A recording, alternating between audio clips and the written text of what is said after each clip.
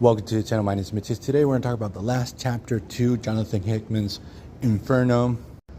So where we last left off, Mystique actually set up Xavier and Magneto to be ambushed by Orcus, and things get really bad very quickly because not only we have normal Orcus grunts there, we have Nimrod and Omega Sentinel, and we get a fascinating moment from these two villains where they kill all the normal Orcus soldiers because they reveal to Magneto and Xavier that they hate humans just as much as they hate mutants.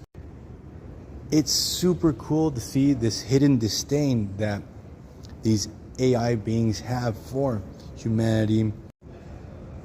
It's a cool angle that Hickman is going for. Nimrod and Omega seeing humans as a danger, as a liability. And Xavier and Magneto are just astonished when they see this go down. So we get this epic battle between Xavier and Nimrod and Magneto against Omega Sentinel. You feel that the stakes are really high and the whole battle is incredibly gripping. Where we get to this stalemate within the battle where Xavier and Magneto are like willing to make a deal with Nimrod. And this robot's like, yeah, let me think it over, and he just breaks Xavier's neck. I must note that Omega Sentinel and Nimrod have no idea about mutant resurrection yet. And then what happens is Omega Sentinel and Nimrod finish off Magneto. It's very, very brutal. Then the story cuts to Destiny and Mystique, who have kidnapped Moira. They're actually hiding out in Moira's hideout under Krakoa.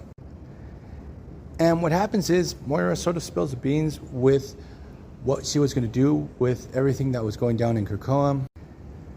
Now, this part of the story is sort of a letdown because Moira already has done this, and many other characters have tried to do this before. But the thing is, now it's not super clear, but it seems that her idea was to inoculate the mutant gene in the next generation so they would never manifest their powers in the first place. Because she goes on and on that in her other lives, we always have this confrontation between mutants and machines.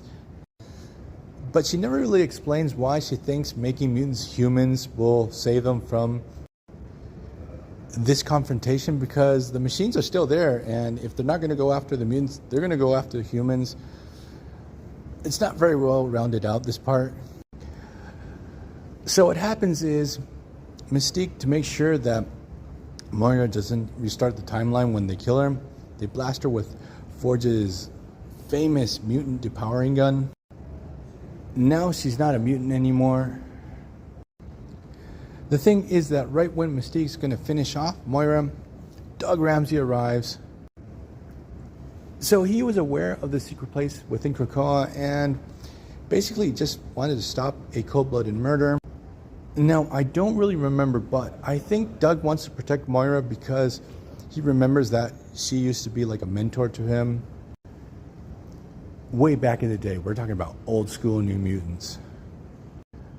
So Doug is totally aware over the fact that he's not going to be able to go toe-to-toe against Mystique. So he brings his wife with him, Bay the Blood Moon. Warlock is there too.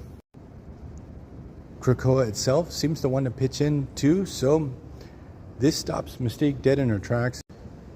You know, I wonder why Destiny did not see this coming. Her precog powers seem to really suck when she really needs them. So Doug tells Mystique, look, you can't kill a human. That's against Krakoan law. Also prior to this, Mystique had chopped off one of Moira's arms because it had a tracking device in it. So Doug Ramsey saves Moira's life, and she tells Warlock, hey, can you give her a new arm because she might bleed out? So now she has this new techno-organic arm that looks super cool. Krakoa opens a portal and Moira is allowed to escape. Obviously, Mystique is going to go after her. We are going to see what happens to Moira in a second series called The 10 Deaths of Wolverine, which oddly, even though it has Wolverine in the title, revolves around Moira X. So what happens at the end of the story is that Emma Frost, who had found out about this whole situation with Moira, Xavier, and Magneto, She basically throws Magneto and Xavier under the bus, tells everyone on Krakoa what had been going down. So what's going to happen is that we're going to get this tremendous power shift within Krakoan politics. There are going to be some pretty interesting changes within the Quiet Council. But we're going to leave this video here. I hope you guys liked it. See you guys next time. Bye.